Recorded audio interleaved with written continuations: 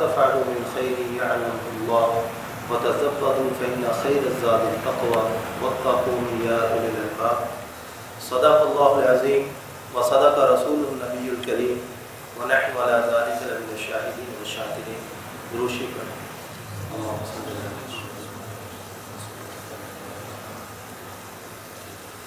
اللهم بارك على محمد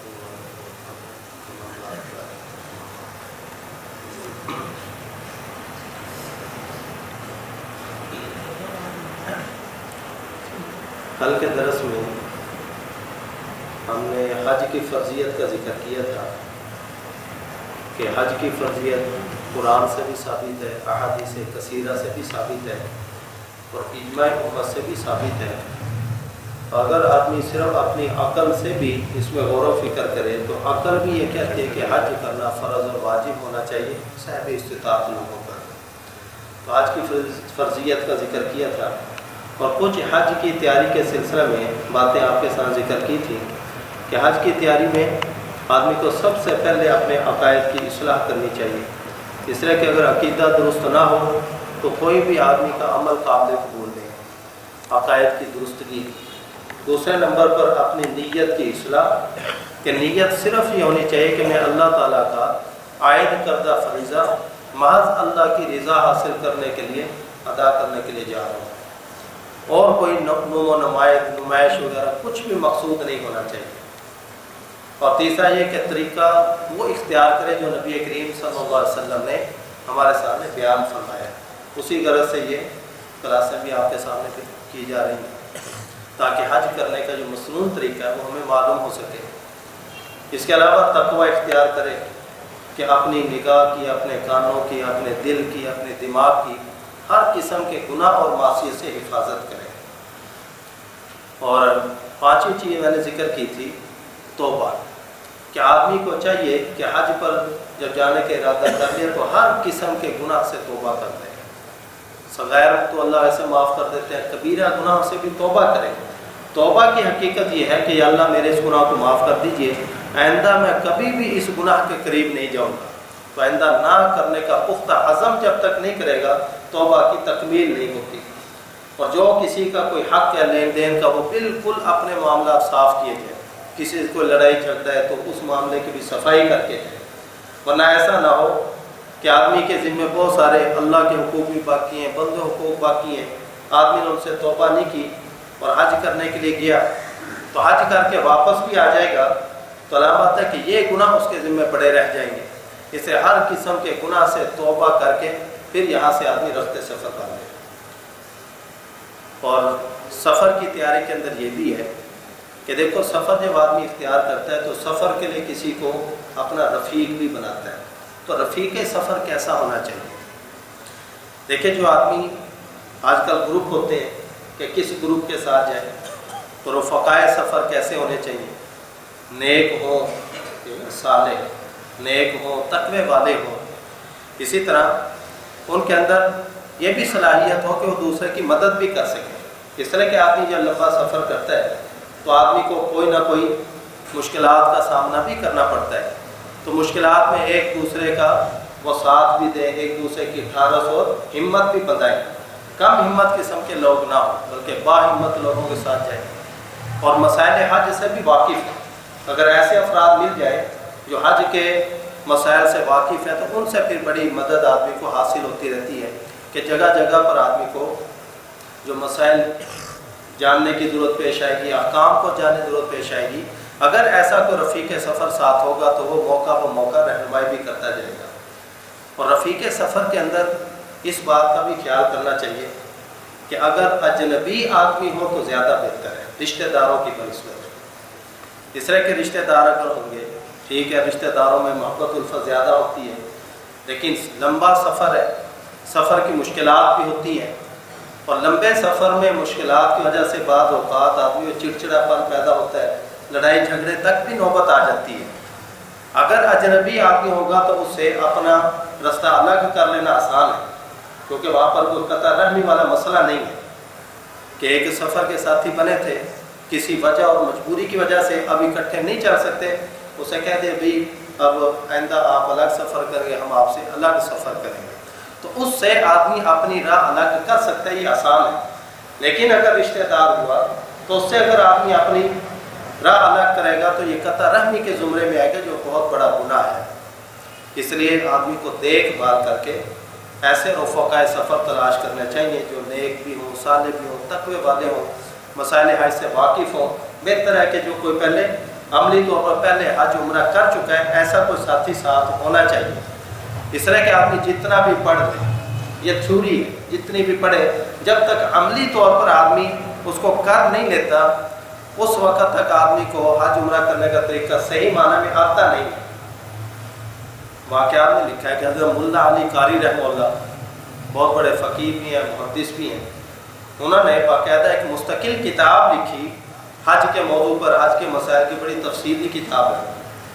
لیکن انہوں نے حج کیا نہیں تھا۔ حج کرنے کے لیے گئے، جب وہاں پر استلام وغیرہ کر کے طواف شروع کرنے لگے تو یوں بائیں طرف کو چل پڑے، چلنا تھا نا یوں دائیں طرف کو یوں، لیکن انہوں نے بائیں طرف کو چلنا شروع، تو ایک دیہاتی آدمی نے ان کو روکا، انہوں نے کہا کہ بھئی ادھر کو طواف کرتے ہیں، اس طرف کو یوں طواف کرتے ہیں، اس طرف کو نہیں۔ اور ساتھ یہ بھی کہا کہ آپ نے ملا علی قاری کی کتاب نہیں پڑھی کہ اس کے اندر سارے مسائل حج لکھے ہوئے ہیں۔ اب انہیں کیا کہتے ہیں کہ ملا علی قاری تو میں ہی ہوں، میں نے وہ کتاب لکھی ہے۔ بہرحال تھیوری الگ چیز ہے، پریکٹیکل اس کا الگ ہے۔ جو حضرت پریکٹیکلی طور پر حج عمرہ پہلے کر چکے ہیں تو ایسا کوئی ساتھی ساتھ مل جائے تو سب سے بہتر ہے، جب وہ جگہ جگہ ان کی رہنمائی کرے گا۔ پھر جب آدمی گھر سے سفر اختیار کرتا ہے تو سفر اختیار کرتے وقت غمگینی کے آثار نہیں ہونے چاہیے کہ میں گھر والوں سے بچھڑ رہا ہوں، جدا ہو رہا ہوں، کاروبار کا کیا بنے گا، پیچھے بچوں کیا بنے گا۔ بالکل بھی اپنے ذہن کے اندر ایسا کوئی خیال نہ لائے، بلکہ خوش دلی سے محبوب حقیقی کا تصور اپنے دل میں بٹھا کر پھر خوشی سے سفر کرے، ایسے جیسے کہ کسی محبوب سے ملاقات کے لیے آدمی گھر سے نکلا ہے، اس کی طرف سے کال آ گئی کہ آج ملاقات ہونی ہے، تو پھر آدمی کتنی خوش دلی سے گھر سے سفر کرے گا، دل میں کوئی غمگینی کے آثار نہیں ہوں گے، بلکہ خوشی کا جذبہ ہوگا کہ آج وصال محبوب ہے، آج وصال محبوب ہونے والے۔ تو دار محبوب کی طرف چلتے ہو غمگینی کیا؟ دار محبوب کی طرف جب چلے تو پھر دل کے اندر خوشی کا جذبہ ہونا چاہیے کہ ہم اپنے رب تبارک و تعالیٰ جو ہمارے محبوب حقیقی ہیں ان کے گھر کی طرف ہمارا یہ سفر ہے، تو دل کے اندر جو جذبہ، ولولہ اور شوق، ایسے جذبات ہونے چاہیے۔ پھر دیکھو جب حاجی لوگ یہ تیاری کر کے جاتے ہیں، جانے والے حاجیوں کے لیے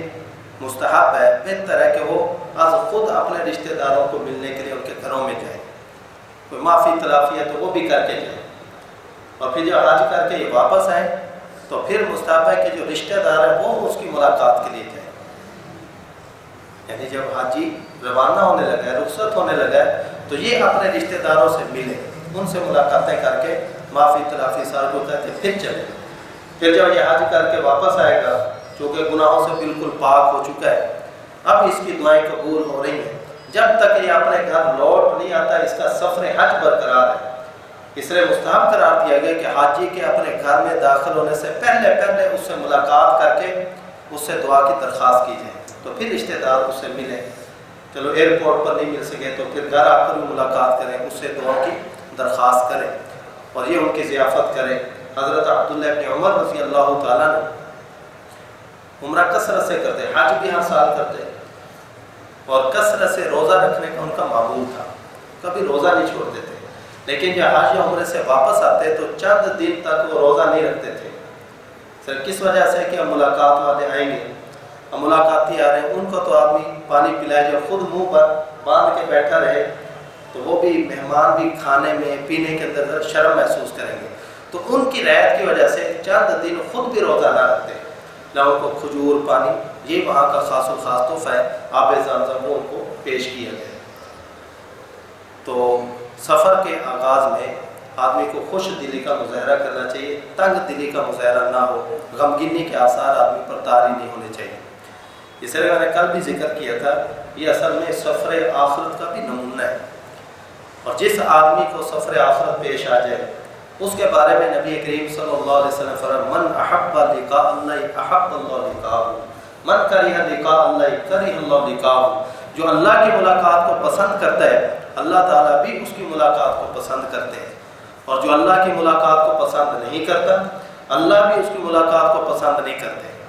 تو جب دل میں پسندیدگی کا شوق اور جذبہ ہوگا کہ ہم اپنے رب سے ملاقات کے لیے اللہ کے گھر میں جا رہے ہیں، تو پھر اللہ تعالیٰ بھی ان کی ملاقات کو پسند کریں گے۔ اس لیے خوش دلی سے آدمی کو سفر کی تیاری کرنی چاہیے، سفر کے احکامات بھی سیکھنے چاہیے۔ دیکھیے، جب آدمی اپنے گھر سے کسی ایسی جگہ کی طرف سفر کر رہا ہے کہ آدمی کے شہر سے لے کر اس شہر تک درمیان میں کم از کم 48 میل یعنی 78 کلومیٹر کا فاصلہ ہے، 78 کلومیٹر کا فاصلہ ہے، تو اتنا لمبا جب اس نے سفر کرنا ہے تو یہ اس کا سفر شرعی بن جاتا ہے۔ یہاں تک جو پاکستان سے جائیں گے ان کا تو سفر شرعی ہے ہی ہے۔ جب وہ اپنے اس شہر کی آبادی سے باہر نکلیں، سفر شروع ہو گیا، اپنے شہر کی آبادی سے باہر نکل جائیں گے تو ان کے اوپر سفری احکامات جاری ہو جاتے ہیں۔ ان سفری احکامات کے اندر نماز کا قصر کرنا ہے، لہذا اگر امام بھی مسافر ہو، مقتدی مسافر ہو، یا از خود آدمی اپنی نماز پڑھ رہا ہے، تو جو مسافر ہے اس کے اوپر واجب ہے کہ جو 4 رکعتوں والی نماز ہے، ظہر، عصر اور عشاء، ظہر، عصر اور عشاء، اس کے اندر قصر کرنا اس کے لیے واجب ہے۔ اب 2 کی بجائے اگر 4 پڑھے گا تو یہ گنہگار ہوگا، حتیٰ کہ اگر آدمی نے 4 رکعتیں پڑھ دی اور درمیان کا قاعدہ بھی نہیں کیا، سجدہ سہو بھی کر لیا، تب بھی آدمی کی نماز نہیں ہوگی۔ اگر آدمی نے درمیان کا قاعدہ بھی کیا، 4 رکعتیں پوری پڑھ لی، تو پھر اس کے 2 فرض اور 2 نفل ہو جائیں گے، اور آخر میں سجدہ سہو کرنا بھی واجب ہوگا۔ اس لیے جب آدمی یہ سفر آدمی کا شروع ہو جاتا ہے تو اس صورت میں سفر کے احکام بھی آدمی کے اوپر جاری ہو جاتے ہیں۔ تو جب تک آدمی یہ مسافر ہے، اگر مسافر کی ابتدا میں یا اپنی نماز پڑھے گا تو 4 رکعتوں والی نماز کو 2 پڑھے گا، یعنی 2 پڑھنا اس کے واجب ہے۔ اب فجر کے تو ویسے 2 فرض ہیں اور مغرب کے 3 فرض ہیں، اس کے اندر قصر نہیں ہوتی۔ اس کے علاوہ جو سنتیں موقعہ بھی ہیں، ان کی تاکید سفر کی وجہ سے ختم ہو جاتی ہے۔ لہذا اگر موقع مل جائے آدمی کو سفر میں بعض ٹھہر جاتی ہے گاڑی کہ نماز وغیرہ پڑھ لو، جب وقت موجود ہے تو پھر سنتیں پڑھ لینا افضل ہے۔ اور اگر وقت نہ ہو، بس ڈرائیور نے کہا کہ تھوڑی دیر کے لیے ہم رکیں گے، جلدی جلدی اپنے 2 فرض پڑھ لو، پھر وہاں پر آدمی کو سنتوں میں مشغول نہیں ہونا چاہیے، صرف اپنے 2 رکعت فرض پڑھ کے آدمی اپنی گاڑی میں آ کر واپس بیٹھے۔ البتہ فجر کے 2 سنتیں ان کی تاکید بہت زیادہ ہے، وہ سفر میں بھی نہیں چھوڑی جائیں گی۔ فجر کی سنتیں اس کو سفر میں بھی ادا کیے جائیں، اور وتر واجب ہے، وہ سفر میں بھی ترک نہیں کیے جائیں گے۔ اس کے علاوہ اگر آدمی کسی جگہ جا کر ٹھہر گیا تو اس ٹھہرنے کے اندر دیکھیں گے کہ مدت اقامت کتنی ہے۔ اگر کم از کم 15 دن یا اس سے زیادہ ٹھہرنے کی نیت ہو گئی، چاہے رستے میں کسی جگہ پر، چاہے مکہ پہنچ کر یا جدہ پہنچ کر یا مدینہ، یعنی جس جگہ بھی 15 دن یا اس سے زیادہ ٹھہرنے کی آدمی نے نیت کر لی تو وہ آدمی مقیم بن گیا، پھر اس کے اوپر لازم ہوگا کہ اپنی پوری نماز ادا کرے۔ البتہ جب وہاں پر آدمی مکہ میں ٹھہرا ہوا یا مدینہ کے اندر، وہاں آدمی کو چاہیے کہ اپنی باجماعت نماز کا اہتمام کرے۔ پھر زیادہ دیکھیں گے وہاں پر لوگ سیر سپاٹا بھی کافی کرتے ہیں، بازاروں میں گھومتے رہتے ہیں، نمازیں ضائع کیوں کہتے ہیں چلو ہوٹل میں جا کر اپنی پڑھ لیں گے، کہ ہوٹل پڑھ لیں گے ہو جائے گی، لیکن کتنی بڑی فضیلت سے محروم ہو رہے ہیں۔ آپ کو کل میں نے ذکر کیا تھا کہ حرم کے اندر، حرم مکہ کے اندر، وہاں مسجد حرام میں 1 نماز پڑھیں گے تو 1 لاکھ نماز کے برابر ہے، 1 لاکھ نمازوں کا ثواب ملے گا، اور جماعت سے پڑھو تو 27 گنا اور ثواب بڑھ جاتا ہے۔ تو 1 نماز گویا کہ بعد جماعت اگر آدمی مسجد حرام میں پڑھے تو 27 لاکھ نمازیں پڑھنے کا ثواب ہے۔ تو دن کی 5 نمازیں پڑھو تو 1 کروڑ 35 لاکھ تقریباً بنتی ہے۔ تو آدمی کو عمر نوح بھی مل جائے تو تب بھی اتنی نمازیں نہیں پڑھ سکتا ہے، تو پھر کتنے گھاٹے کا سودا کرتے ہیں جو وہاں پر حرم میں رہنے کے باوجود مسجد حرام کی بعض جماعت نماز سے محروم رہتے ہیں۔ اس طرح مسجد نبوی میں وہاں پر نماز پڑھیں گے تو 1 نماز کا ثواب 50,000 کے برابر ہے، تو آدمی اس کو چھوڑ کر ہوٹل میں نمازیں پڑھ رہے ہیں، تو یہ بڑی ثواب سے محرومی ہے۔ اس لیے جو زیارتوں وغیرہ کے لیے نکلنا بھی ہے وہ بھی ایسے وقت میں نکلا جائے کہ آدمی مثلا فجر کی نماز پڑھ کے عشاء وغیرہ پڑھ کے نکلے، اور پھر ظہر کی نماز سے پہلے واپس لوٹ گئے تو اپنی پوری یعنی نمازیں باجماعت حرم مکہ اور حرم مدینہ کے مساجد کے اندر باجماعت ادا کرنے کی فکر کرنی چاہیے۔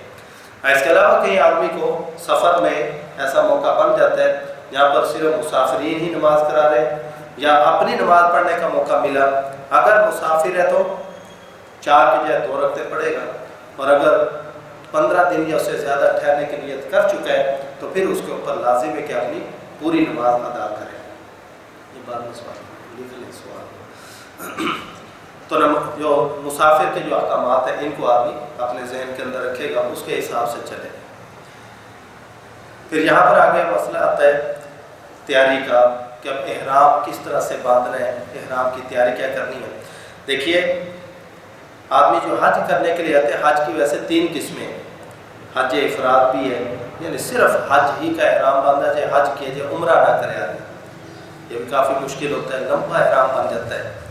اور ایک حج قران ہے کہ حج عمرہ دونوں کا اکٹھا آدمی نے احرام باندھ لیا ہے، پہلے عمرہ کرے گا پھر حج کرے گا، اور حج کرنے کے بعد پھر یہ ہے کہ اپنے احرام سے نکلے گا، وہ کہ عمرہ کر کے حلال نہیں ہوگا، عمرے کرنے کے باوجود اس کے اوپر حج کے احرام بھی باقی ہے، تو عمرہ اور حج دونوں افعال ادا کر کے پھر اکٹھا قربانی کر کے سر مڈاتا ہے، اس وقت احرام سے نکلتا ہے۔ لیکن سب سے جو آسان حج ہے جو اکثر حضرات کرتے ہیں آج کل اسی کی ترتیب بنتے ہوئے حج تمتع۔ حج تمتع، حج تمتع کا معنی یہ ہوتا ہے کہ آدمی پہلے عمرے کا احرام باندھ کے جائے اور عمرہ کر لے، عمرہ کر کے احرام کھول دے گا، حلال ہو گیا، اس کے بعد آدمی وہاں پر ٹھہرا رہے، پھر 8 ذی الحجہ کو پھر یہ کہ حج کے احرام باندھ کر پھر یہ کہ حج کے افعال ادا کرنے کے لیے منی، عرفات، مزدلفہ وغیرہ جائے گا، اور پھر حج کے افعال ادا کر کے پھر اس احرام سے بھی آدمی نکل آئے گا، وہ ہے کہ عمرہ الگ اور حج الگ۔ لیکن چونکہ ایک ہی سفر میں آدمی نے یہ دونوں چیزوں سے نفع اٹھائے،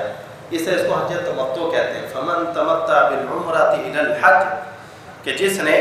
نفع حاصل کیا ایک ہی سفر کے اندر عمرے کو حج کے ساتھ ملا کر، پھر اس کے ذمہ ایک قربانی بھی یہ شکر کے طور پر واجب ہے، ورنہ دیکھو الگ عمرے کے لیے جاتا، الگ حج کے لیے جاتا تو ڈھیروں خرچہ ہوتا، لیکن ایک ہی سفر میں آدمی نے حج بھی کر لیا، عمرہ بھی کر لیا، تو اس نفع اٹھانے کی وجہ سے اب دم شکر اس کے اوپر واجب ہے،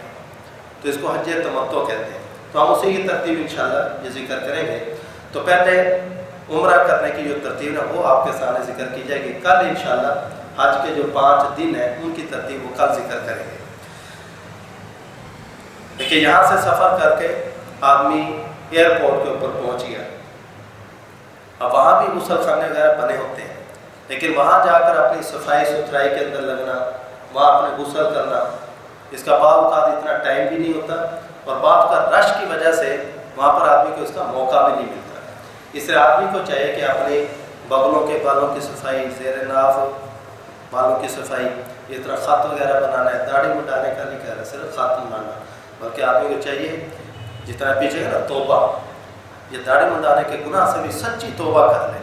ہو سکتا ہے کہ یہی چیز اس کی زندگی میں انقلاب کا ذریعہ بن جائے،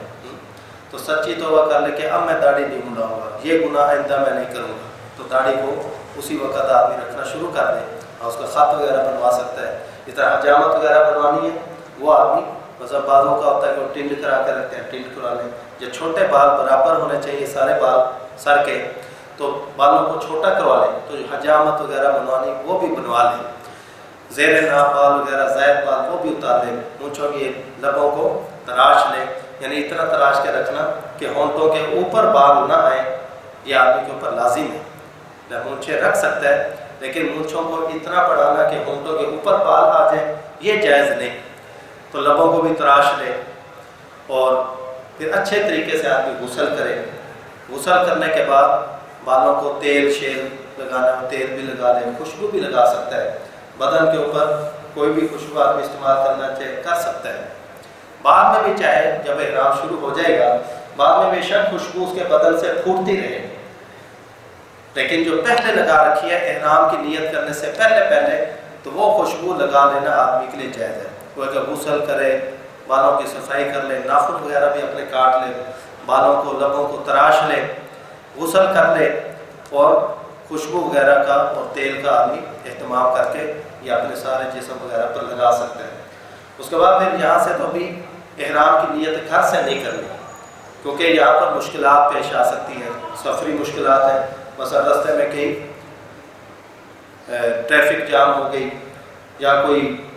فلیٹوں کا سسٹم جو ہے وہ اس کے اندر کوئی خرابی ہو گئی، اس کو معطل کرنا پڑا، اس کے اندر تاخیر ہو گئی، پھر آدمی کو اتنا عرصہ احرام کی حالت میں رہنا یہ بڑا مشکل ہو جاتا ہے۔ اس طرح یہاں سے آدمی ابھی احرام کی نیت نہ کرے، نہا دھو کر صفائی ستھرائی مکمل کر کے سلے ہوئے کپڑے پہن کے چلے، پھر جب ایئرپورٹ پر پہنچ جائیں تو غسل تو آدمی نے پہلے سے کر رکھا ہے، بہتر ہے کہ اسی غسل سے ہی ایئرپورٹ کے اوپر وہاں پر پھر سلے ہوئے کپڑے اتار کر ان سلی چادریں کو اوڑھ لے۔ یہ مردوں کے لیے پابندی، عورتوں کا جو فرق ہے وہ میں بعد میں ذکر کرتا ہوں۔ تو ایک لنگی نیچے باندھ لے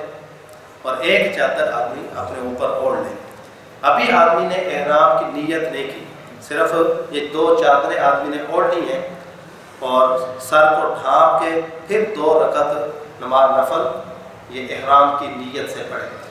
کہ یہ باقاعدہ سنت اور مستحب ہے۔ اگر مکروہ وقت نہ ہو، ورنہ اگر مکروہ وقت ہے تو مکروہ وقت کے اندر یہ نوافل نہیں پڑھے جائیں گے، تو مکروہ وقت نہیں ہے تو باقاعدہ 2 رکعت نماز نفل احرام کی نیت سے آدمی پڑھے، لیکن اس کے اندر سر ڈھانپ کے پڑھنا ہے، تو سر ڈھانپ کے جو 2 رکعتیں پڑھ لی، ابھی بھی تلبیہ نہیں پڑھنا چاہیے۔ اگرچہ افضل یہ ہے کہ جو 2 رکعتیں احرام کی پڑھ لی ہیں تو اس کے متصل بعد اپنے سر کو ننگا کر لیں اور چادر کو جو اوڑھ کر اسی وقت نیت کر کے تلبیہ پڑھ لیں، احرام اپنے اوپر لاگو کر لیں۔ لیکن آپ کو پتہ ہے کہ چونکہ آج کل جہازوں میں سفر ہوتا ہے، فلائٹ سسٹم میں خرابی ہو سکتی ہے، پھر آدمی کو کسی مشکل اور دقت کا سامنا کرنا پڑ سکتا ہے، اس لیے 2 رکعتیں نماز نفل پڑھنے کے باوجود بھی ابھی احرام کی پابندی اپنے اوپر لاگو نہ کریں۔ جب جہاز میں بیٹھ جائیں اور یہ جہاز پھر یا زمین کو چھوڑے اور اڑنا شروع کر دے، اب یقین ہو جائے کہ اب واپس نہیں اترے گا، اب آگے ہی جائے گا، آگے تو جانا ہی ہے، آگے جہاں پہ جا رہے وہاں جائے گا۔ تو مطلب یہ ہے کہ اب سفر شروع ہو چکا ہے، تو اس وقت آدمی نیت کر کے تلبیہ پڑھے، یہی ہے احرام۔ احرام کا معنی ہوتا ہے حرام کرنا، جس طرح ہم نماز کے اندر جو کہتے ہیں نیت کر کے اللہ اکبر، اس کو کہتے ہیں تکبیر تحریمہ۔ تکبیر تحریمہ کا معنی ہے کہ یہ ایسی تکبیر ہم نے کہی ہے کہ اس کی وجہ سے ہم نے بہت ساری مباح، جائز اور حلال چیزوں کو اپنے اوپر حرام کر دیا۔ پہلے بولنا چلنا حلال تھا، اب حرام ہو گیا، کھانا پینا حلال تھا، اب حرام ہو گیا۔ اسی طریقے سے یہ جو احرام ہے، اس احرام کا بھی معنی یہ ہے کہ وہ ساری جائز چیزیں آدمی نے اب اپنے اوپر کیا کر لی، حرام کر لی۔ چاچا جب اس نے نیت کر کے، ابھی چونکہ عمرہ کرنا ہے تو عمرے کی نیت کرے، اصل نیت دل میں ہوتی ہے، دل میں نیت کر کے آدمی نے زبان سے تلبیہ پڑھ لیا، احرام شروع ہو گیا۔ لیکن افضل اور مستحسن یہ ہے کہ اس نیت کا زبان سے اظہار بھی کر لے۔ بس عمرہ کرنے کے لیے جا رہے تو یوں کہ اللہم انی ارید العمرۃ، اللہم انی ارید العمرۃ فیسرھا لی وتقبلھا منی۔ کہ اللہ میرا ارادہ ہے عمرہ کرنے کا، میں ارادہ کرتا ہوں عمرہ کا، آپ اس کو میرے لیے آسان کر دیجئے اور میری طرف سے اس کو قبول فرما لیجئے۔ عربی میں نہ ہے تو اردو میں آپ ان الفاظ کو دہرا سکتے ہیں، یا اللہ میرا ارادہ اور نیت عمرے کی ہے، آپ اس کو میرے لیے آسان کر دیجئے اور اس کو قبول فرما لیجئے۔ اس کے بعد پھر تلبیہ پڑھیں، اس کے بعد تلبیہ پڑھیں، لبیک اللہم لبیک لبیک لا شریک لک لبیک ان الحمد والنعمت لک لا شریک لک ان الحمد والنعمت لک والملک لا شریک لک۔ یہ کم از کم اتنا تلبیہ ہے۔ مردوں کے لیے ہے کہ بلند آواز سے پڑھیں، لیکن بہت بھی چیخا نہ جائے، اتنی بلند آواز سے دوسروں کو بھی سنائی دے، لیکن اتنا چیخنا کہ کسی کی نماز میں خلل ڈال دیا جائے، یا کوئی سویا پڑا تھا وہ بیچارہ ہڑبڑا کے اٹھ بیٹھے کہ پتہ نہیں کیا ہوا،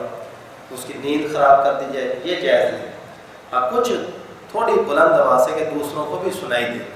تو تلبیہ ایک مرتبہ پڑھنا تو لازم ہے، تب احرام آدمی کا شروع ہوگا، اور کم از کم 3 مرتبہ پڑھنا سنت ہے۔ تو جب بھی تلبیہ پھر پڑھے تو 3 مرتبہ پڑھے، یہ سنت ہے، ورنہ 1 مرتبہ پڑھیں گے تو وہ بھی کافی ہے، لیکن 3 مرتبہ پڑھنا یہ سنت سے ثابت ہے۔ تو 3 مرتبہ یہ تلبیہ پڑھ لیا کرے، مرد اونچی آواز سے عورتیں آہستہ آواز سے پڑھیں گی، عورتیں، اور جس کو یہ تلبیہ یاد نہ ہو تو دوسرا ساتھی اس کو ایک ایک حرف کہلوا دے تو یہ بھی اس کا تلبیہ ادا ہو جائے گا۔ اگر پھر بھی اس کی زبان پر نہیں چڑھتا ہے، اس کو لبیک اللہم لبیک یہ کہنے نہیں آ رہا، تو پھر اس کو لا الہ الا اللہ پڑھا دیا جائے۔ یعنی کوئی بھی ذکر جو اللہ تعالیٰ کی تعظیم اور اللہ کی عظمت پر دلالت کرتا ہے وہ ایسا ذکر بھی تلبیہ کے قائم مقام ہو جاتا ہے۔ میں نیت کر کے لا الہ الا اللہ کہہ دیا، نیت کر کے الحمدللہ کہہ دیا، سبحان اللہ و بحمدہ کہہ دیا، تو یہ ذکر بھی تلبیہ کے قائم مقام ہو جاتا ہے۔ لیکن سنت یہ ہے کہ آدمی تلبیہ پڑھے، تو قامت کو یہ الفاظ ہے لبیک اللہم لبیک لبیک لا شریک لک لبیک ان الحمد والنعمت لک والملک لا شریک لک، یہ 3 مرتبہ دوہرا لیں۔ اس سے اوپر اضافہ کرنا بھی ثابت ہے، وہ نبی کریم صلی اللہ علیہ وسلم سے اور حضرت عبداللہ بن عمر رضی اللہ تعالیٰ عنہ کچھ اوپر بھی تلبیہ پڑھتے تھے، وہ جو بھی عمل کرتے تھے وہ آپ علیہ الصلوۃ والسلام سے لے کر ہی نقل کیا انہوں نے۔ مثلا ان کے تلبیہ میں آگے یہ بھی اضافہ ثابت ہے صحیح بخاری میں کہ لبیک و سعدیک لبیک و سعدیک والخیر کلہ فی یدیک والرغبہ الیک والعمل، لبیک نا میں بار بار حاضر ہوں،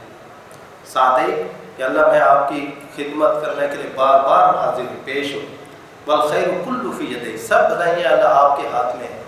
والرغبہ الیک والعمل ساری رغبت اور عمل یا اللہ آپ ہی کی طرف ہے، تو یہ بھی اوپر اضافہ کر سکتا ہے، ورنہ کم از کم اتنا تلبیہ تو پڑھنا چاہیے۔ تو جب آدمی نے نیت کر کے یہ تلبیہ پڑھ لیا یا تلبیہ کے قائم مقام کوئی بھی ذکر کر لیا تو اب آدمی کا احرام شروع ہو گیا، تو آدمی کے اوپر بہت ساری پابندیاں عائد ہو گئی، تو بہت سارے جو جائز کام تھے وہ آدمی کے اوپر اب حرام ہو گئے۔ ان حرام کاموں کے اندر کچھ پابندیاں تو ایسے ہیں جو صرف مردوں کے ساتھ خاص ہیں، مثلا مردوں کے ساتھ جو خاص ہیں ان میں ایک ہے سلا ہوا کپڑا پہننا، سلا ہوا کپڑا پہننا یہ مردوں کے لیے ناجائز ہو گیا، سلا ہوا کپڑا نہیں پہن سکتے۔ سلے ہوئے کا معنی یہ کہ جو جسم کی ہیئت کے مطابق سلا ہوا ہو، جسم کی ہیئت کے مثلا بنیاد ہے وہ بھی جسم کی ہیئت کے مطابق ہوتی ہے، قمیص ہے، شلوار ہے یا کچھ ہے، نکر ہے، یہ ساری چیزیں کہ آدمی کے جسم کی ہیئت کے مطابق جو سلی ہوئی ہیں، اسی طرح دستانے، جرابیں، بعض جوتا تو اتار دیتے جرابیں نہیں اتارتے، کہتے ہیں حرم کے اندر جا رہے ہیں پاکیزہ جگہ ہے تو جوتا اتار دیں لیکن جرابیں نہیں اتاری بعضوں نے، اور بعضوں میں ویڈیو وائرل ہوئی وہ کہتے ہیں دیکھو ادب اور احترام کی انتہا ہو گئی کہ جوتے اتار کے چل رہے ہیں لیکن جوتا اتارے ہوئے لیکن جرابیں پہنی ہوئی تھی، حالانکہ جراب پہننا منع ہے، جوتا ایسا پہنے کہ جس میں یہ درمیان والی ہڈی نہ چھپے، یہ ننگی رہے، لیکن جراب نہ تھا، جراب کی سلائی ساری کس کے مطابق ہوتی ہے؟ وہ انسانی جسم کی ہیئت کے مطابق ہے، تو جو کوئی بھی لباس انسانی جسم کی ہیئت کے مطابق سلا ہوا ہے اس کا پہننا منع ہے، ورنہ اگر سیدھی چادر ہے اس چادر کے اندر جوڑ لگانے کے لیے اگر کوئی سلائی ڈالنی پڑی تو آدمی کہے کہ یہ بھی تو سلا ہوا ہے، بلا عذر سلائیاں ڈالنا بھی مکروہ ہے، لیکن وہ سلا ہوا لباس نہیں کہلائے گا کیونکہ وہ ہے وہ ایک چادر ہی، ہاں کسی عذر کی وجہ سے جوڑنا پڑے، مثلا کسی آدمی کی جسامت زیادہ ہے، وہ عام جو چادریں ملتی ہیں حرام کی وہ جو عورتیں تو بدن سے اتنا ڈھانپا نہیں جاتا، یا چادر کو بر کم ہے اس کو چوڑا کرنے کے لیے یا آدمی کو نیچے تہبند کو، کیونکہ اتنا تو ہونا چاہیے کہ آدمی کا سطر کو ڈھانپنے کا بھی وہ فائدہ دے وہ لنگی، اور اس طرح وہ چادر اتنی ہو کہ آدمی دائیں کندھے یوں گھما کر بائیں کے اوپر یوں ڈالے تو پیچھے ٹھہری بھی رہے، اس طرح کہ یوں کر کے بعض چھوٹے چھوٹے تولیے اوڑھ لیتے ہیں وہ یوں کرتے ہیں ہوا چلتے ہوئے گر جاتے ہیں، نہیں اتنا بڑا تولیہ ہونا چاہیے، تولیے والا احرام اگر لینا ہے وہ بھی اتنا بڑا ہو کہ آدمی یوں کندھے کے اوپر سے ڈالے تو پیچھے اٹکا رہے، اس کو گرہ نہ لگانی پڑے، کیونکہ گرے وغیرہ لگانا ان میں توپے سلائی کر دینا یا اس کے اندر بکسوے لگانے یہ مکروہ ہے، اس سے چادر ہی ذرا اتنی بڑی رکھی جائے کہ سطر کا بھی کام دے اور آدمی کے جسم کے اوپر ٹھہری بھی رہے، تو 2 چادریں ان سلی، تو سلا ہوا لباس پہننا مرد کے لیے منع ہو جاتا ہے، تو سلے ہوئے کا مفہوم کیا کہ جو جسم کی ہیئت کے مطابق سلی کوئی بھی چیز ہے وہ مرد نہیں پہن سکتا ہے۔ دوسری پابندی جو خاص مردوں کے لیے وہ سر کو ڈھانپنا، مرد سر کو نہیں ڈھانپ سکتے، مردوں کے لیے مرد سر کے اوپر ٹوپی یا پگڑی یا اور بھی کوئی کپڑا اس طرح رومال وغیرہ باندھ لیتے ہیں یہ سر کے اوپر، یا اس طرح لیپ کرنا مہندی وغیرہ کا کہ بال اس کے اندر چھپ جائے، یہ بھی ایسا ہے جس طرح آدمی نے سر کو ڈھانپ لیا، تو یہ سر کو ڈھانپنا مرد کے لیے جائز نہیں۔ البتہ گرمی کے اندر چھتری کا استعمال کر سکتے ہیں، لیکن وہ بھی اس طرح کریں کہ سر کے ساتھ نہ ٹچ ہو، بلکہ یوں اونچی اٹھا کے رکھیں، ورنہ اگر یوں کر کے آپ نے اپنے اوپر گرا رکھی ہے وہ سر کے ساتھ ملی ہوئی ہے، وہ بھی ایسا ہو گیا جیسے سر کو ڈھانپا ہوا ہے۔ ہاں چھتری کو جو اوپر اٹھا کے رکھا، صرف اس کی چھاؤں کے اندر آدمی چلتا ہے تو اس کی اجازت ہے۔ تو اور تیسرا مرد کے لیے جو پابندی ہے وہ پیر کو ڈھانپنے کی، کہ مرد ایسا جوتا استعمال نہیں کر سکتا جس میں یہ پاؤں کی درمیان والی ہڈی چھپ جائے، یعنی پنجے کے یہاں سے کہتے ہیں یہ جو ابری ہڈی ہے اس کو کعب کہتے ہیں، ایک یہ کعبین ہے، یہ ٹخن ہے، ایک یہ کعب ہے۔ تو احرام کے باب میں جو کعب کا ذکر آتا ہے اس سے مراد یہ درمیان والی ہڈی ہے کہ یہ ہڈی ننگی رہنی چاہیے، اس سے نیچے نیچے جوتا پہنا جائے۔ سب سے بہتر ہوتا ہے یہ جو کینچی چپل جو ملتی ہے یہ پہن لی جائے، وہ پتریاں سی ہوتی ہیں اس میں پاؤں ننگا ہی رہتا ہے، ورنہ ایسا جوتا پہن سکتا ہے کہ جو نیچے سے بے شک بند جوتا ہے، بعضوں مجبوری ہوتی ہے وہ کینچی چپل پہن کے نہیں چل سکتے، جب وہ بند جوتا لیں لیکن اس کو اتنا کٹا ہوا ہو کہ درمیان کی ہڈی اور یہ ٹخنے وغیرہ یہ سب ننگے ہیں، تو ایسا جوتا مرد پہن سکتے ہیں۔ تو یہ تین پابندیاں خاص مردوں کے لیے، عورتوں کے لیے نہیں ہیں۔ عورت کے لیے لباس میں کوئی پابندی نہیں، جیسا عام معمول کے مطابق وہ سلا ہوا لباس پہنتی ہے، احرام میں بھی وہ اپنا لباس استعمال کرے، صرف زعفران کا رنگا ہوا کپڑا وہ پہننا مردوں کے لیے منع ہے، عورتوں کے لیے بھی منع ہے۔ تو سلا ہوا لباس عورت پہننے کی،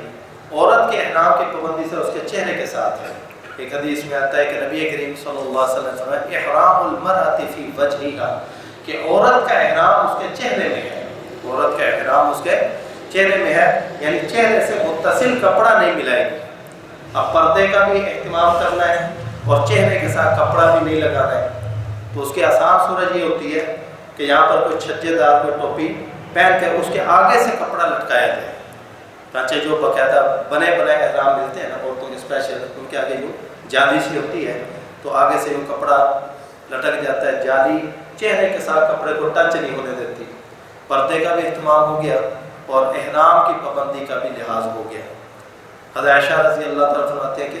ہم جب ہودج میں بیٹھی ہوتی پردے کا بھی اہتمام کرتی، مرد آ جاتے فوراً ہودج کا کپڑا یوں لٹکا دیتی، مرد جب گزر جاتے تو پھر یوں آگے سے ہی اٹھا دیتی، حالانکہ وہ تو امہات المومنین تھی ہیں۔ تو پردے کا بھی اہتمام ہو اور احرام کی بھی اس پابندی کا لحاظ رکھا جائے، اس کے لیے عورتوں کو چاہیے کہ ایسا احرام استعمال کریں کہ جس میں عورت کے چہرے کے ساتھ کپڑا ٹچ نہ ہو،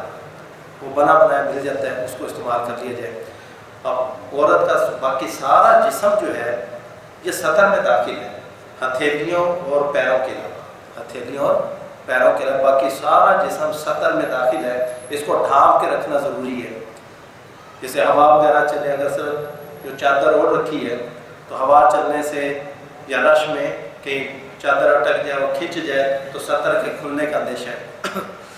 تو اس سے عورت کو چاہیے کہ وہ جو رومالی ملتی ہے نا جس سے سارے جو بال وغیرہ جو چھپ جاتے ہیں اس رومالی کا استعمال کرے، اس کے اوپر پھر اپنا برقع پہننا چاہتی ہے برقع پہنے، چادر اوڑھنا چاہتی ہے تو چادر اوڑھے، اپنے پورے بدن کو چھپا کر رکھنے کا بھرپور اہتمام رکھے۔ باقی صفائی ستھرائی کے اعتبار سے عورت کے لیے وہی احکام ہے جو مردوں کے لیے، حتیٰ کہ اگر عورت کے ایام ماہواری اور اس نے ابھی احرام باندھنا ہے تو اس کے لیے بھی ہے کہ وہ غسل کرے، باقاعدہ صفائی ستھرائی کا وہ مکمل غسل کر کے تلبیہ پڑھ کے نیت کر لے، لیکن جب تک پاک نہیں ہو جائے گی اس وقت تک وہ مسجد میں چونکہ داخل نہیں ہو سکتی، اور احرام مسجد حرام کے اندر ہوتا ہے، اس لیے وہ احرام کہہ رہا ہوں یہ طواف، تو طواف مسجد کے اندر ہوتا ہے، وہ طواف نہیں کر سکے گی، اس لیے وہ پاکی کا انتظار کرے گی، جب پاک ہو جائے پھر غسل کر کے اس کے بعد پھر آ کر طواف کرے اور پھر صحیح کرے، ورنہ ناپاکی کے ایام میں وہ احرام باندھ سکتی ہے، اپنے احرام کی نیت کر کے وہ یہاں سے جائے گی، بغیر احرام کے نہ چلی جائے۔ ایسا نہ ہو کہ وہ کہ میرے تو ابھی ناپاکی کے ایام تھے تو میں جا کے طواف میں نے کرنا کوئی نہیں، یہاں سے بغیر احرام کے چلی گئی، تو بغیر احرام کے اگر وہ مکہ میں چلی گئی تو میقات سے بغیر احرام سے گزرنے کی وجہ سے اس پر ایک دم لازم ہو جائے گا. اب وہاں سے احرام باندھ کے وہ اپنا عمرہ کر لے گی، لیکن یہاں سے جو بغیر احرام کے اس نے یلملم جو میقات ہے ہمارا پاکستان والوں کا، اس کو بغیر احرام کے جو اس نے تجاوز کیا اس کی وجہ سے اس کے اوپر دم لازم ہوگا. اس سے یہی سو احرام وغیرہ باندھ کے جائے، پاک ہو چاہے ناپاک. پاک ہو تو وہاں جا کر اپنا عمرہ بھی ادا کر لیں، ناپاک ہو تو پاکی کا انتظار کریں، پاک ہو کر غسل کر کے اس کے بعد پھر اپنے طواف اور سعی وغیرہ کر لیں.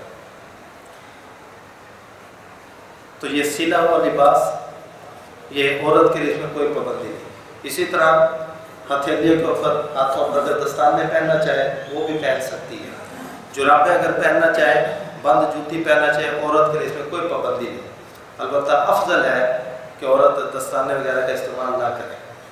احرام کی حالت میں دستانے کا استعمال نہ کرے، کیونکہ اس میں علماء کا اختلاف بھی ہے. بعض صحابہ کرام اس کو عورت کے لیے منع قرار دیتے تھے کہ وہ دستانے یا اس طرح کی جرابیں وغیرہ پہنے، لیکن ہمارے نزدیک اس کی اجازت ہے. دستانے بھی پہن سکتی ہے، جرابیں بھی پہن سکتی ہے، لیکن افضل یہ ہے کہ اختلاف سے بچے، جرابیں اور دستانے نہ پہن لیں. باقی ہے کہ جوتا وغیرہ پہننا چاہتی ہے، پورا لباس اپنا پہن لیں، صرف چہرے کے ساتھ متصل کپڑا وہ نہ پہنے. اس کے علاوہ جو مشترکہ پابندیاں ان کے اندر یا کہ فمن فرض فینا الحج فلا رفث، کہ جس نے اپنے اوپر حج کو فرض کر دیا، یعنی اس کا احرام شروع ہو گیا تو رفث نہ کرے. رفث کا معنی ہوتا ہے جماع کی باتیں کرنا. اگر میاں بیوی ہیں، دیکھو جب احرام شروع ہو گیا تو آپس میں پیار و محبت کی باتیں کر سکتے ہیں، شہوت کی باتیں کر سکتے ہیں، لیکن جب احرام شروع ہو گیا تو یہ ساری باتیں کرنا بھی ناجائز ہو گیا. بوس و کنار کرنا تو بات کی بات ہے، اس کی باتیں کرنا بھی اب جائز نہیں. فلا رفث، یہ پابندی مرد پر بھی ہے، عورت کے اوپر بھی ہے. ولا فسوق، ہر قسم کا گناہ وہ احرام کے علاوہ بھی منع تھا. احرام کی حالت میں اس کی پابندی اور بڑھ جاتی ہے، کیونکہ حرم کے علاوہ اگر آدمی گناہ کرے تو گناہ ہے، حرم میں جا کر گناہ کرے تو یہ الحاد اور بے دینی سمجھی جاتی ہے. اسے ہر قسم کے گناہ سے بچے. یہ مرد کے لیے بھی پابندی ہے، عورت کے لیے بھی پابندی ہے. ولا جدال، اتنا لڑائی جھگڑا کرنا، کیونکہ لمبا سفر ہوتا ہے، لڑائی جھگڑا بھی ہو سکتا ہے. اسے خاص طور پر کہا گیا کیونکہ آپس میں مسلمانوں کا لڑنا جھگڑنا یہ فسق میں آتا ہے، گناہ ہے، لیکن اس کو الگ مستقل ذکر کیا. صرف وجہ یہ تھی کہ اس کی اہمیت بتلائی جائے کہ اس سے تو بچنے کا خوب اہتمام کرو. ایسا نہ ہو کہ نیکیاں کمانے کے لیے جا رہے اور آپس میں لڑ کر آگے، یہاں سے گئے تھے بڑی پیار و محبت سے، حجی سفر رفقائے سفر، جب واپس آ رہے ایک ہم ادھر کا دوسرے کے ادھر کا، تو یہ تو لازم بات ہے کہ گناہ لازم اور آدمی ثواب بربادنے کی برباد والی بات ہوئی. اس سے لڑائی جھگڑے سے بھی احتراز کیا جائے. اور چوتھی پابندی جو مشترکہ دونوں پر ہے وہ کہ خشکی کا شکار کرنا. خشکی کا شکار نہ مرد یعنی محرم ہے وہ بھی نہیں کر سکتا، عورت بھی نہیں کر سکتی ہے. اب آپ کہیں کہ شکار وہاں پر شکار کرنے تھوڑی جا رہے ہیں، بھی کہیں موقع بن سکتا ہے. بس اگر کبوتر گاڑی میں جنگلی کبوتر بیٹھ گیا، گھریلو کبوتر اس کو تو ذبح کر سکتے ہیں، جنگلی کبوتر تو محرم آدمی کو لالچ اور اس کو جو پکڑ لے تو اس کو پکڑنا بھی جائز نہیں. اس کو پکڑ کر یا کسی نے تحفۃً ہدیۃً دے دیا، آدمی محرم اس کو پکڑ کے اپنے پاس رکھے، یہ بھی جائز نہیں. پکڑنا تو دور کی بات ہے، کسی پکڑنے والے کی رہنمائی کرنا بھی جائز نہیں. اگر اس نے اس کو بتلایا کہ میں وہاں سے آیا نا، وہاں پر ایک کبوتر بیٹھا ہے، آپ اس کو جا کر شکار کر لو. اب اس نے جو رہنمائی کی اس کی وجہ سے یہ بھی مجرم بن گیا. اور جس شکار کے اندر محرم آدمی نے رہنمائی کی ہو، اشارہ کیا ہو، دلالت کی ہو، کوئی معاونت کی ہو، اس کو کوئی اسلحہ پکڑایا، اس کو کوئی تیر وغیرہ پکڑایا، کسی بھی قسم کی مدد معاونت کی اور اس کی مدد معاونت سے وہ شکار کیا گیا، اس شکار کا کھانا سب کے لیے حرام ہے. دیکھو محرم آدمی خود تو شکار کرنا بڑی دور کی بات ہے، اس کی مدد سے، اعانت سے، اس کے اشارے سے، اس کی دلالت اور رہنمائی سے جو شکار کیا جائے گا وہ شکار بھی حرام ہو جائے گا، اس کو کوئی نہیں کھا سکتا ہے. اسی طرح جو شکاری پرندے جانور، ان کے بچے، ان کے انڈے وغیرہ، ان کو بھی اٹھانا، ان کو توڑ کر کھانا یہ بھی ناجائز ہے. یعنی خشکی کا شکار مکمل طور پر محرم آدمی کے لیے اس کی پابندی ہے. اور جو تری کا شکار ہے سمندر کا، مچھلی وغیرہ، وہ خود اپنے ہاتھ سے پکڑ کے کھا سکتے ہیں یا پکڑی ہوئی خرید کے آدمی کھا سکتا ہے، لیکن شکار کیا ہو پرندہ یہ آدمی جس کے اندر محرم کی کسی قسم کی معاونت شامل ہے اس کا کھانا جائز ہے۔ اگر محرم نے کوئی معاونت نہ کی ہو، اپنے طور پر کسی نے حرم کے علاوہ کا شکار پکڑا، حرم میں شکار کرنا تو کسی کے لیے بھی جائز نہیں، حرم سے باہر کے اپنے طور پر شکار کر کے لایا، ذبح کی اور گوشت لا کر وہ اگر محرم کو کھلا دے تو وہ کھا سکتے ہیں۔ حضرت ابو قتادہ رضی اللہ تعالیٰ نے ایک گورکھا جس کو یہ جنگلی گدھا زیبرا کہتے ہیں انہوں نے شکار کیا، وہ کہتا ہے اس کا گوشت پھر صحابہ کو بھی کھلایا، وہ محرم تھے، اب ان کا احرام نہیں تھا، اب آپ نے شبہ ہو گیا کہ پتہ نہیں ہمارا یہ کھانا جائز تھا بھی کہ نہیں، تو پھر نبی کریم صلی اللہ علیہ وسلم جب ملاقات ہوئی تو مسئلہ پوچھا، تو آپ نے پھر ان محرمین سے پوچھا کیا تم نے اس کے شکار میں کوئی مدد معاونت اشارہ وغیرہ تو نہیں کیا؟ انہوں نے کہ نہیں یا رسول اللہ ہم نے کوئی معاونت نہیں کی۔ پھر انہوں نے کہ ٹھیک ہے، پھر آپ نے پوچھا کہ تمہارے پاس کچھ بچا ہوا بھی ہے؟ حضرت کی جی ہاں یا رسول، اس کی ایک ران کا گوشت ہم نے بچا کے رکھا ہے، پھر اس میں سے آپ علیہ السلام نے بھی تناول فرمایا، لیکن اس میں چونکہ کسی نے معاونت نہیں کی تھی تو غیر محرم آدمی اگر اپنے طور پر شکار کر کے اس کا گوشت لا کر دے دے تو پھر وہ محرم گوشت کھا سکتے ہیں۔ لیکن یہ ساری پابندی صرف شکاری جانوروں کی ہے، شکار جن کو کہتے ہیں نا جنگلی جانور، ورنہ جو گھریلو جانور ہیں ان کو محرم آدمی ذبح کر سکتا ہے، جیسے گھر کی رکھی ہوئی مرغی ہے، بکری ہے، بطخ ہے، ان کو ذبح کر کے پکا کے کھانا، ان کے انڈے کھانا، بھون کے کھانا، تو یہ سب جائز ہے۔ ہاں جو جنگلی شکار ہے اس کا کرنا یہ منع ہے، یہ مشترکہ پابندی ہے۔ اسی طرح بال اور ناخن کا کاٹنا، جب احرام شروع ہو گیا یہ پابندی مردوں پر بھی عورت پر بھی کہ احرام کے دوران نہ بال کاٹ سکتے ہیں نہ ناخن کاٹ سکتے ہیں، اس لیے یہ جو کاٹنے ہوں بال ناخن وہ پہلے کاٹ دیے جائیں۔ حتیٰ کہ یہ جو جوئیں پڑ جاتی ہیں یہ بالوں کے حکم ہے، آدمی کی اپنی جوئیں، آدمی کی اپنی جو جوئیں ہیں یہ آدمی کے اپنے بالوں کے حکم ہے۔ جس طرح آدمی اپنے بالوں کو کھیڑ کر نہیں پھینک سکتا محرم، اس طرح اپنی جو وہ اس کو مارنا بھی ناجائز ہے، اور اپنے جو پکڑ کے وہ زمین میں ڈالنا ہے تاکہ مر جائے تو زمین میں اس کو پھینک دینا یہ بھی ناجائز ہے۔ وہ جو مارے گا یا زمین میں پھینکے وہ مر جائے گی، اس کا بھی اس کو صدقہ و فدیہ دینا پڑے گا۔ اس طرح کہ یہ جوئیں یہ آدمی کے اپنے بدن سے پیدا ہوئی۔ ہاں البتہ اگر کوئی جو ویسے کسی اور کے جسم سے جو چل کے نیچے آ رہی ہے اس کو اگر آدمی نے مار دیا یا کسی دوسرے کے بدن کے اوپر تھی اس کو مار دیا، اس کی وجہ سے کوئی جزا فدیہ لازم نہیں ہے، لیکن اپنی جوئیں مارنا یا اپنی جوؤں کو جو دھوپ کے اندر پھینک دینا یہ جائز نہیں۔ البتہ اگر جوؤں کی تکلیف حد سے بڑھ جائے، یعنی آدمی سے برداشت ہو رہا اتنی زیادہ جوئیں پڑ گئی تو پھر آدمی کو اجازت ہے کہ سر بھی منڈا دے، وہ جوئیں پڑ گئی ان سے چھٹکارا پانے کے لیے احرام کی حالت میں سر منڈا دے، جوؤں سے چھٹکارا پائے، لیکن اس کی وجہ سے اس کے اوپر یہ کفارہ مخیرہ آئے گا۔ کفارہ مخیرہ کا معنی ہوتا ہے کہ 3 باتوں میں سے کوئی ایک کام کر لے، یا تو دم دے دے، یعنی ایک بکری وہاں پر ذبح کر دے حرم کے اندر، اس کو دم کہتے ہیں، دم دے دے، یا یہ کہ 6 مسکینوں کو کھانا کھلائے، پکا کے کھلانا ہے تو صبح شام کا 2 ٹائم کا، اگر ویسے دینا چاہتا ہے تو فی مسکین صدقہ فطر کی مقدار، یہ جو ہمارا فطرانہ کی مقدار ہے 2.25 کلو گندم فی مسکین کو، تو 6 مسکینوں کا کھانا، یا کہ 3 روزے یا 3 روزے آدمی رکھ لے، تو یہ مجبوری بھی، ورنہ اگر مجبوری نہیں تھی، بغیر مجبوری کے اگر آدمی نے 1/4 سر کے بال کٹوا دیے یا سارا سر منڈا دیا بغیر کسی مجبوری کے احرام کی حالت میں، پھر اس کے اوپر دم ہی لازم ہوگا، یعنی پھر ایک بکری یا بڑے جانور کا ایک حصہ یہ حرم کے اندر بطور ہدی کے دم دینا اس کے اوپر لازم ہو جائے گا۔ تو بال اور ناخن نہیں کٹوا سکتا ہے، جوؤں کو مارنا بھی اب کیا ہو گیا، اس کے اندر جائز ہو گیا۔ اس طرح خوشبو کا استعمال، جب احرام شروع ہو گیا تو اب خوشبو کا استعمال نہیں کر سکتے، نہ بدن پر نہ کپڑے پر، نہ بدن پر نہ،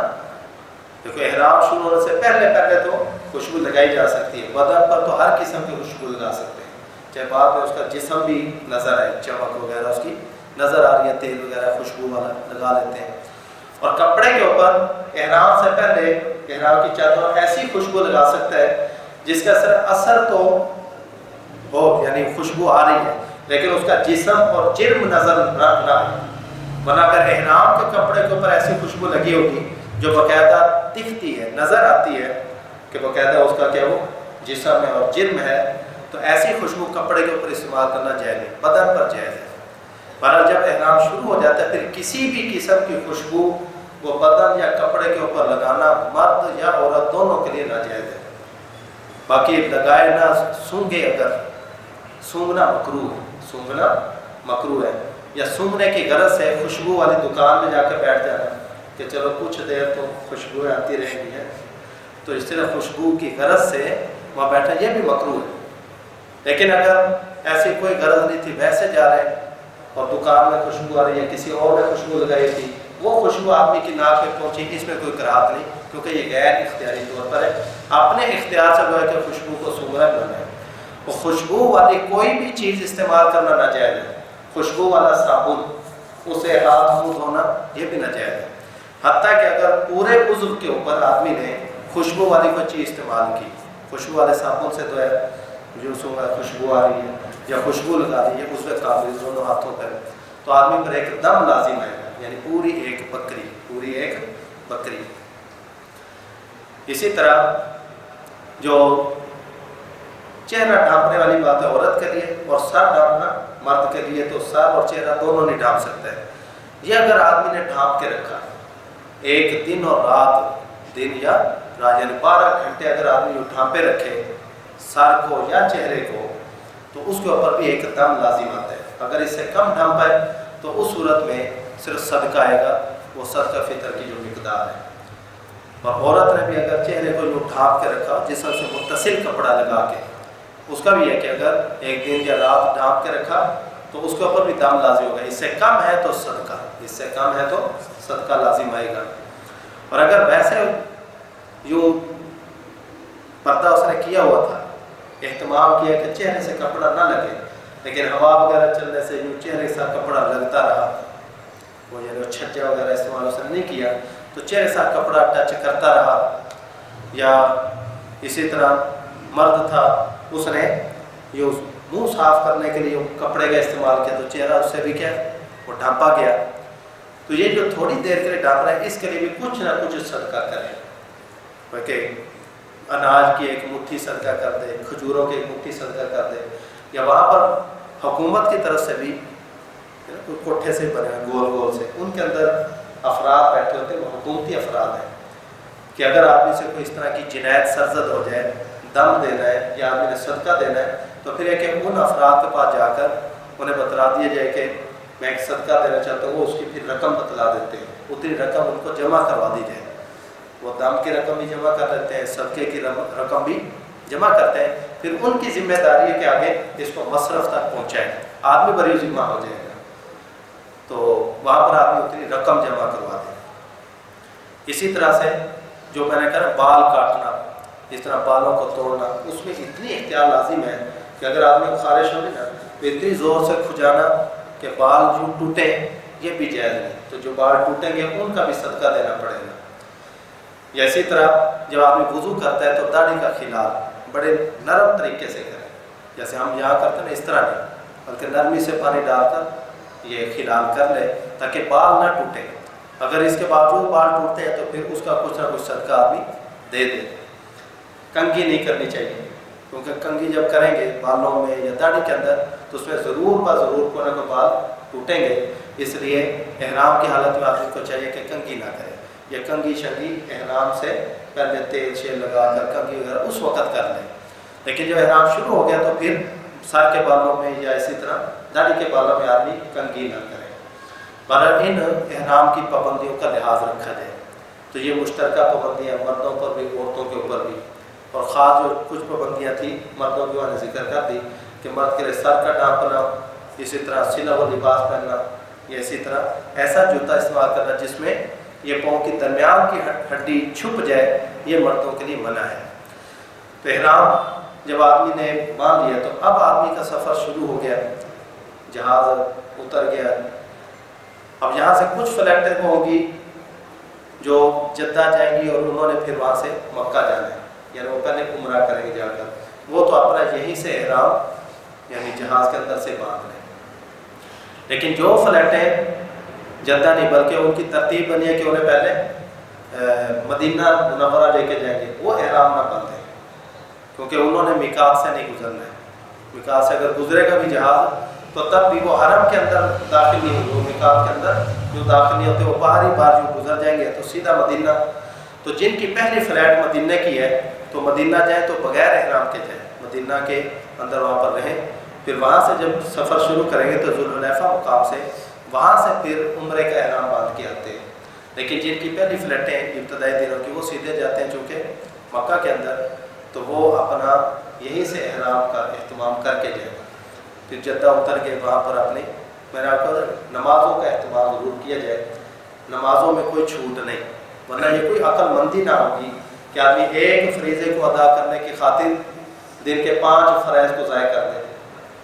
میں اس لیے کہہ رہا ہوں کہ دیکھا کہ ایئرپورٹ پر کھڑے نا نماز کوئی فکر نہیں، چند افراد ہوتے ہیں کہ جو ایئرپورٹ کے اوپر نماز پڑھتے ہوئے دکھائی دیتے ہیں، کیونکہ وہاں پر 3-4 گھنٹے بھی لگ جاتے ہیں، فلائٹوں کا رش ہوتا ہے جدہ میں، تو وہاں پر کلیئرنس لینے کے لیے کھڑے رہتے ہیں لائنوں میں، کھڑے ہیں، نماز کا وقت ہو گیا، نماز قضا ہو رہی، اس کی کوئی پرواہ نہیں، وہ کہتے ہیں وہ لائن میں کھڑے ہیں، حالانکہ وہ تو مل ہی جانی وہاں سے چھٹی، تو نماز کا وقت ہو گیا، وہاں پر جگہ بھی ہوتی ہے، وہاں وضو خانہ بھی ہے، وضو کر کے آدمی چاہے کہ اپنی نماز ادا کر لے، نماز کو قضا نہ ہونے دے، ورنہ ایک فرض کی ادائیگی کرنے جا رہے اور اس کی وجہ سے آدمی اپنے ڈھیروں فرائض کو قضا کر ڈالے یا ضائع کرے، یہ کوئی عقل مندی نہیں۔ تو نمازوں کا اہتمام کیا جائے، جتنا عرصہ وہاں جدہ ایئرپورٹ کے پر لگے، اس دوران جو کوئی نماز کا وقت ہے تو نماز کو وقت بھی ادا کر لیا جائے۔ پھر وہاں پر چونکہ انتظام ہوتا ہے حاجیوں کے لیے اسپیشل، پہلے سے بندوبست ہے، باہر نکلتے ہیں تو گاڑیوں میں بٹھا کے وہ ہوٹل جو رہائش کا ہے وہاں تک پہنچا دیتے ہیں، تو وہاں پہنچ کر پھر رستے کے اندر دیکھا نا اب وہ محترم علاقے کی طرف بڑھ رہے، جدہ ہل میں ہے، یہ حرم میں نہیں، یعنی علاقوں کی ترتیب جو ہے درمیان میں ہوتا ہے خانہ کعبہ، خانہ کعبہ کے ارد گرد مسجد حرام، پھر مسجد حرام سے لے کر کئی 3 میل کے 7 میل کے 9 میل تک یہ حرم کا علاقہ ہے، جس کو حرم کہتے ہیں، اور پھر حرم سے لے کر میقات تک جو مواقع جو پوری دنیا کے لیے مقرر ہے، یہ سارا علاقہ ہل کہلاتا ہے۔ اس علاقے کو کہتے ہیں ہل کیونکہ یہاں پر شکار کرنا، درخت کاٹنا یہ سب حلال ہے، اور حرم اس لیے کہتے ہیں وہاں شکار کرنا، درخت وغیرہ کاٹنا، کسی کو قتل کرنا یہ سب حرام ہے، تو یہ ہل ہے۔ اور ہل سے پھر جو مواقیت ہے، مواقیت سے باہر جو ساری دنیا ہے اس کو آفاق کہتے ہیں، اس کو آفاق، تو گویا کہ بیت اللہ، مسجد حرام، پھر مکہ، پھر حرم، پھر آگے ہل، اور پھر ہل سے باہر مواقیت سے آگے پوری دنیا یہ آفاق ہے۔ تو آفاقی لوگ پہلے ہل میں داخل ہوئے، جدہ ہل میں، تو پھر وہاں سے جب گاڑی چلتی ہے تو پھر آگے حرم کا علاقہ جب قریب آتا ہے تو آدمی کے دل کے اندر عظمت کے، اللہ تعالیٰ کے جلال کے جو جذبات ہیں اور زیادہ بڑھ جانے چاہیے کہ اللہ تعالیٰ کی طرف سے جو کیمپ کرتا ہے کہ انتہائی محترم علاقہ وہ شروع ہونے والا ہے، کہ جہاں پر نیکی کا ثواب اگر بڑھ رہا ہے تو وہاں پر گناہ کرنے کی جو مذمت ہے اور گناہ کرنے کی جو قباحت ہے وہ بھی بڑھ رہی ہے، تو اس لیے وہاں پر اپنے قلب و جگر، اپنے قلب و دماغ، اپنے آنکھوں کی وہاں پر از حد حفاظت کرنا ضروری ہے، وہاں پر ہر چیز کی بخوبی حفاظت کی جائے کہ یہاں مجھ سے کوئی معصیت نہ ہو جائے، اس طرح کہ یہاں کی معصیت یلحدون فی الحرم، وہ حرم کے اندر الحاد قرار دیا جاتا ہے۔ فرمایا کہ یہ ذخیرہ اندوزی کرنا یہ حرام ہے، گناہ ہے، لیکن اگر یہ ذخیرہ اندوزی حرم میں کی جائے تو یہ الحاد ہے۔ دیکھو وہاں پر گناہ بڑھ کر الحاد کے زمرے کے اندر چاہتے آدمی ملحد اور بے دین قرار پاتا ہے، اسے وہاں پر جیسے وہ حرم کا علاقہ داخل ہو تو وہاں پر اللہ تعالیٰ سے دعائیں مانگنا شروع کر دے۔ باقی پیچھے تلبیہ تو سب سے افضل ذکر تلبیہ ہی ہے، ہر بدلتی حالت پر تلبیہ پڑھتا جائے، سونے لگا ہے تب تلبیہ، سو کے اٹھے تب تلبیہ، کوئی موڑ کٹا ہے، کسی قافلے سے ملاقات ہوئی ہے، گاڑی میں سوار ہو رہے، گاڑی سے اتر رہے، ہر بدلتے ارکین، بلندی پہ چڑھ رہے، بلندی سے نیچے اتر رہے، ہر بدلتی حالت پر تلبیہ پڑھنا یہ مسنون ہے، تو کثرت سے تلبیہ پڑھتے جائیں۔ تو حرم کے علاقے میں داخل ہو گئے وہاں بھی تلبیہ پڑھتے جائیں، تو وہاں پر دعا بھی مانگ لیں، یا اللہ یہ آپ کا محترم علاقہ ہے، یا مجھے یہاں پر ہر قسم کے گناہ سے بچے توفیق عطا فرما، یا اللہ یہ محترم علاقے میں داخلے کی توفیق بخشی ہے تو یا اللہ میرے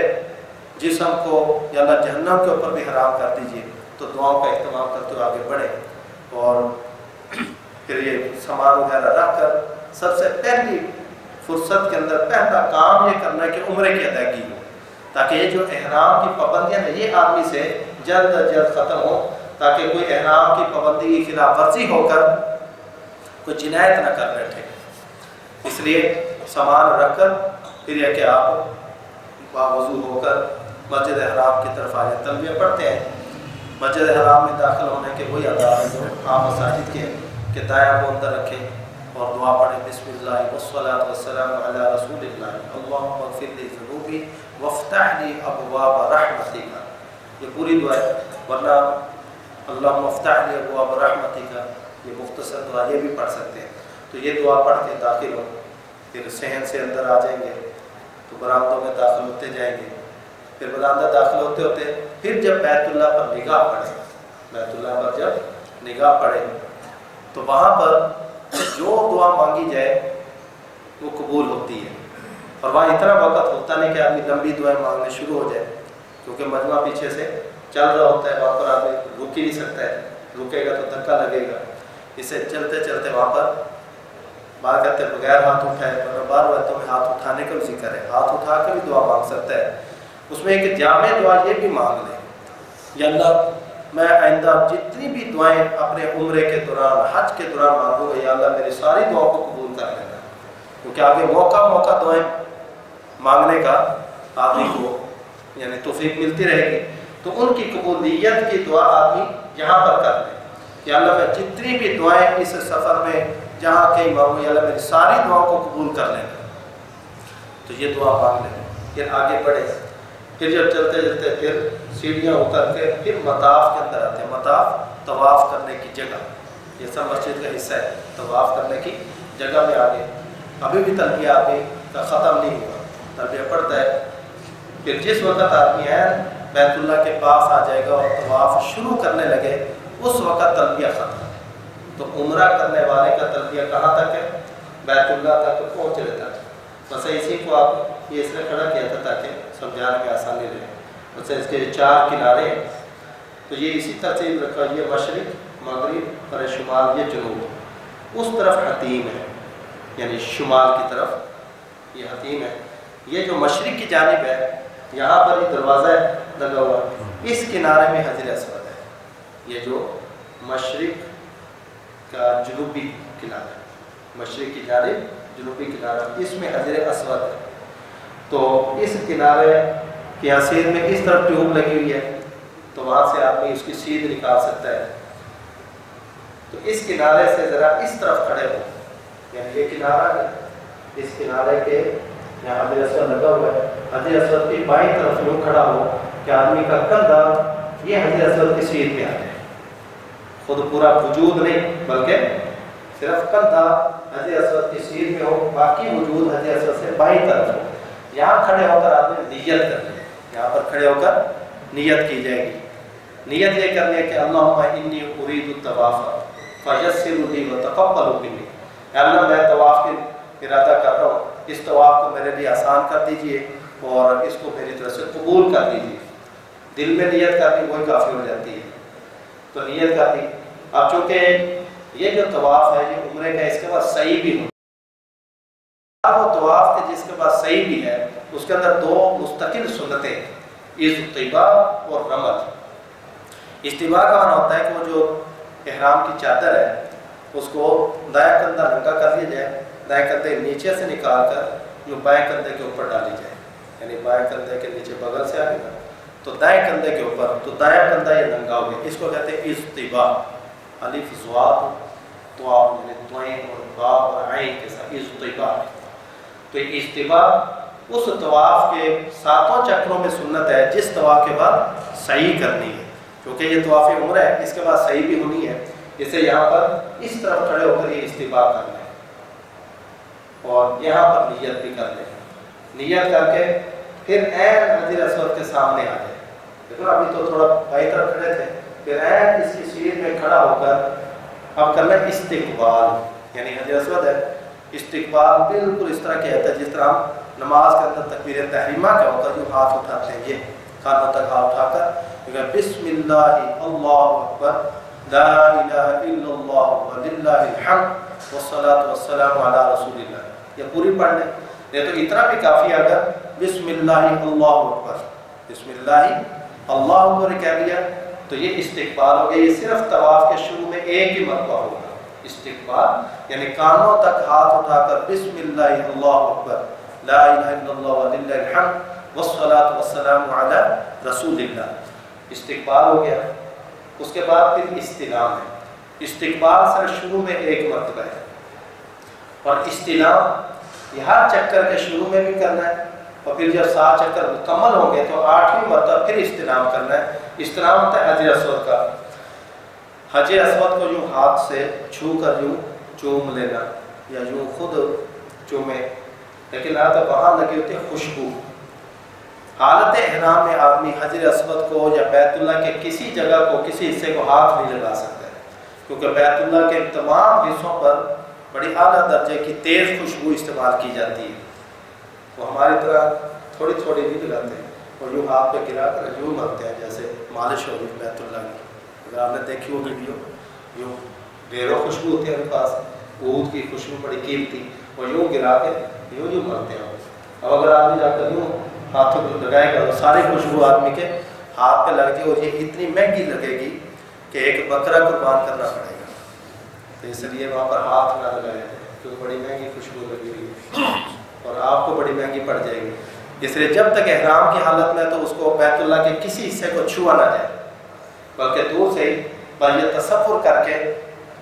کہ میں نے اپنا ہاتھ کہاں رکھ دیا ہے، حجر اسود کے اوپر رکھ دیا ہے، اور بسم اللہ اللہ اکبر، بسم اللہ اللہ کر کے بس یوں چوم دیا جائے۔ یہ چٹاخے کی آواز آئے، یوں کرنا، یہ نہیں جو کریں یوں، بس بغیر آواز کے بوسہ دیا جائے۔ یہ استلام ہے، یہ استلام ہو رہا ہے عین حجر اسود کے سامنے رخ کر کے کھڑے، پیروں کا رخ بھی ادھر ہی ہے، پھر یہیں سے اپنے پیروں کا رخ یوں موڑ لینا ہے۔ ابھی یوں تھا، یوں چلنا نہیں،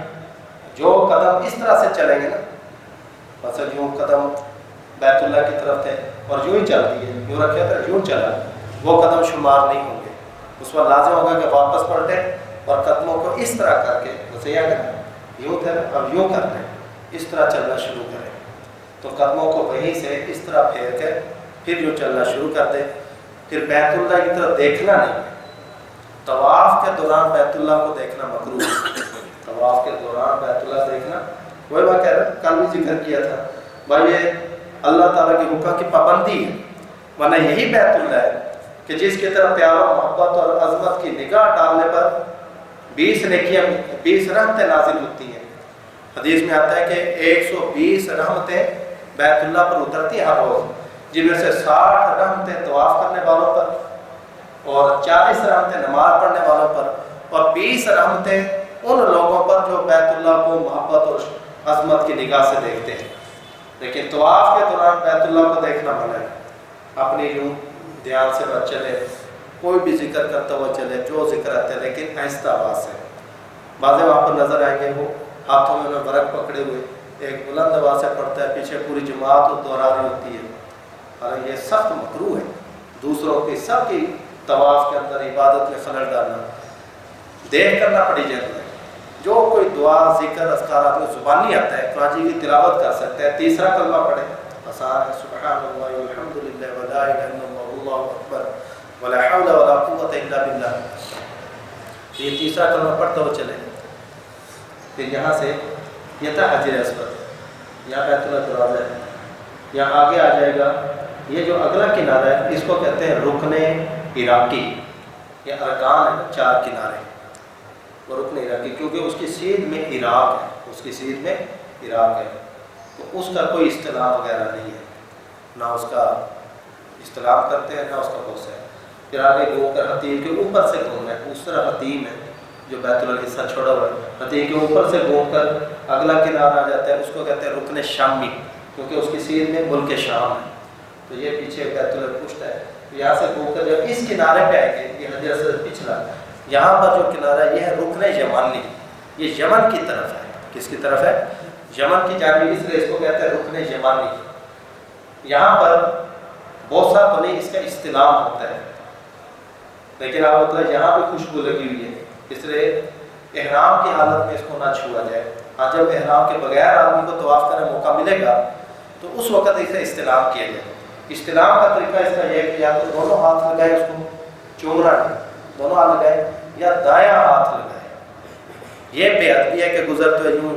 یہ بائیں ہاتھ کو لگا کے چلا گیا، بایاں ہاتھ یہاں پہ لگا گزرنا، یہ بے ادبی ہے. لگانے دونوں لگائے یا دایاں ہاتھ لگائے تو یہ رکن یمانی کا استلام ہے، اس کی تقبیل نہیں ہے، یعنی بوسہ لینا نہیں ہے، صرف استلام ہے. وہ بھی احرام کی حالت میں نہ کرے کیونکہ خوشبو ہے، اس کے علاوہ طواف کرے تو وہاں استلام کرے. یہ جب رکن یمانی سے لے کر یہ حجر اسود تک یہ جو درمیان کا علاقہ ہے، جب اس میں آدمی چل کے آ رہا ہوگا تو اس وقت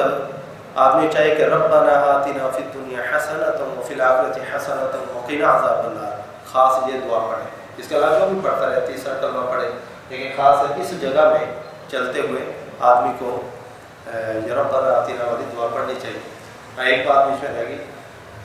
تو جس طواف کے بعد صحیح ہے اس میں دو مستقل سنتیں، ایک اجتباء، وہ ساتوں چکروں میں سنت ہے کہ طواف کے شروع کے اندر یہ دائیں کندھا ننگا کر لیا جائے، ساتوں چکروں میں باقی رہے گا یہ اجتباء. جب طواف مکمل ہو گئے پھر کندھا ڈھانپ لیا جائے. اور دوسری سنت ہے رمل. دوسری سنت ہے رمل. رمل کا معنی ہوتا ہے پہلے 3 چکروں میں پہلوانوں کی طرح ذرا اکڑ کر شانوں کو یوں تھوڑا سا ہلا کے جیسے پہلوان چلتے ہیں، اور قریب قریب قدموں کا رکھ کر جس طرح اکڑ کے پہلوانوں کی طرح قریب قریب قدم رکھ کے شانوں کو ہلاتے ہوئے چلے، یہ رمل ہے، یہ سنت ہے. دیکھو یہ طریقہ تو شروع ہوا تھا عمرۃ القضاء میں، جب صحابہ کرام عمرۃ الحدیبیہ سے اگلے سال اس کی قضا کرنے کے لیے آئے تو صحابہ کرام ہجر کر کے گئے تھے مکہ سے مدینہ، وہاں پہ بیماریوں کا شکار ہوئے، کمزور بھی تھے. وہ کہنے لگے کہ دیکھو جی یہاں سے بھاگ کر گئے تھے یثرب میں، مدینہ میں،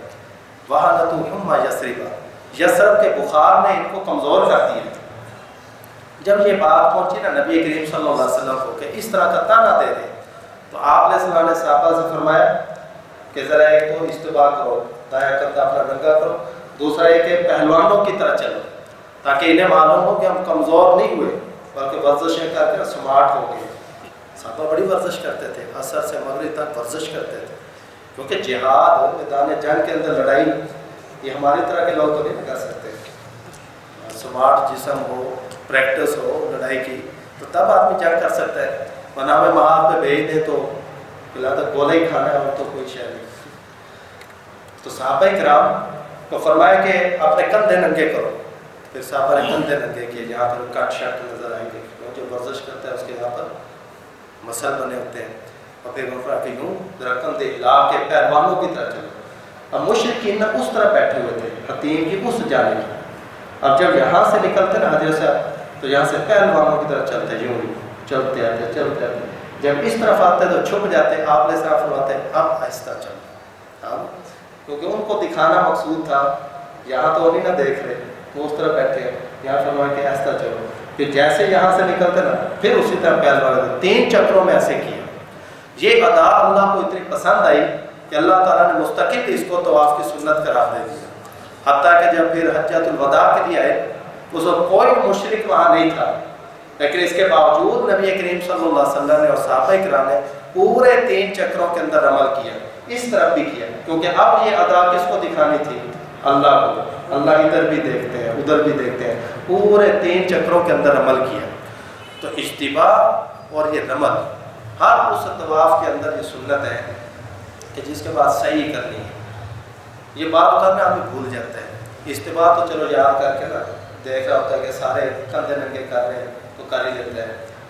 لیکن رمل کرنا کیونکہ رش کی وجہ سے نا اکثر عمل کر ہی نہیں رہے ہوتے ہیں اور رش کی وجہ سے ایسا ایسا چل رہے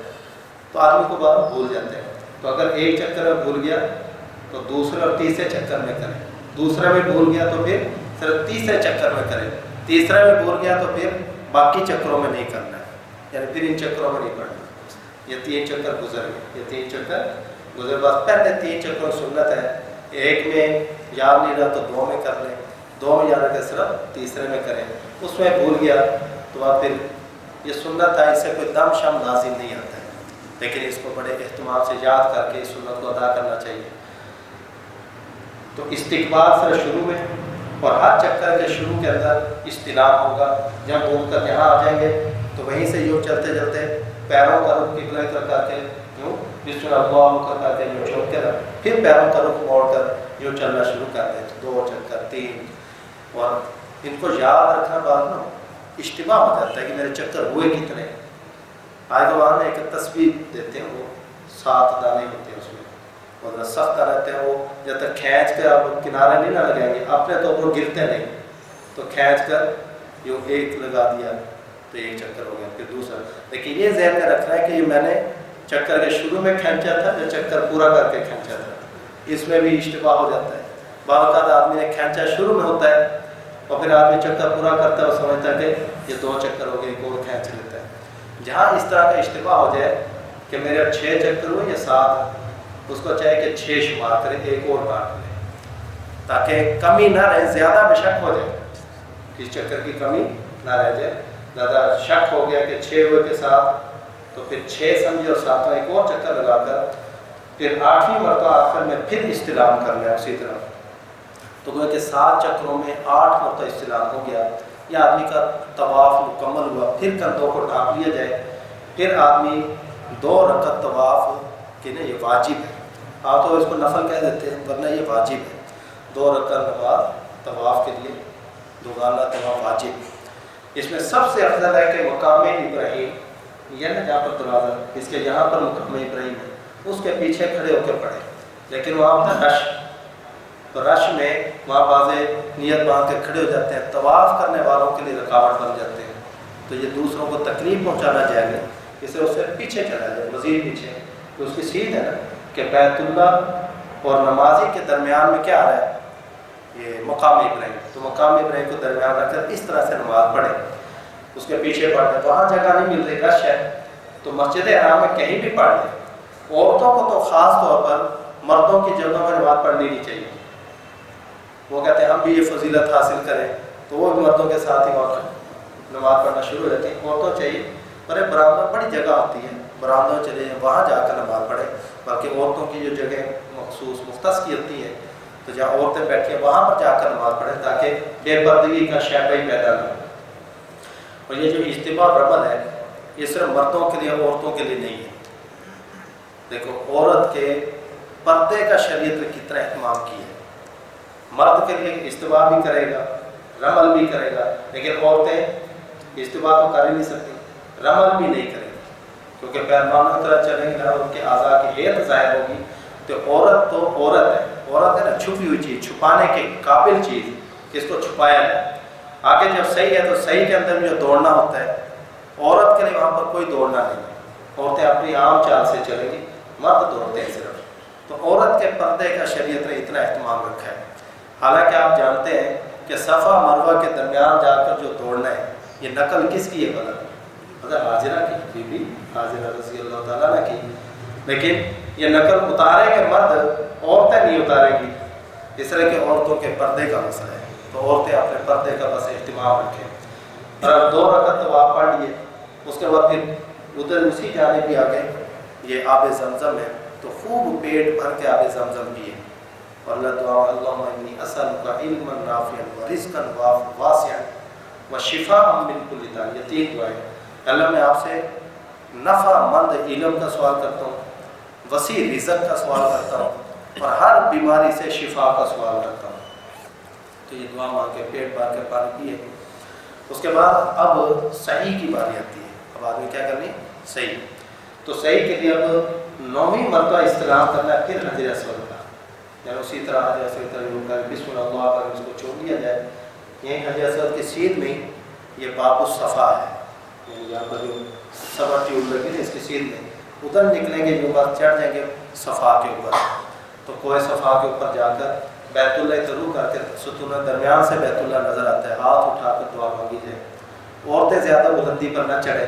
کیونکہ اوپر بلندی کے اوپر رش ہوتا ہے، زیادہ مرد ہوتے ہیں، تو عورتوں کو چاہیے کہ بس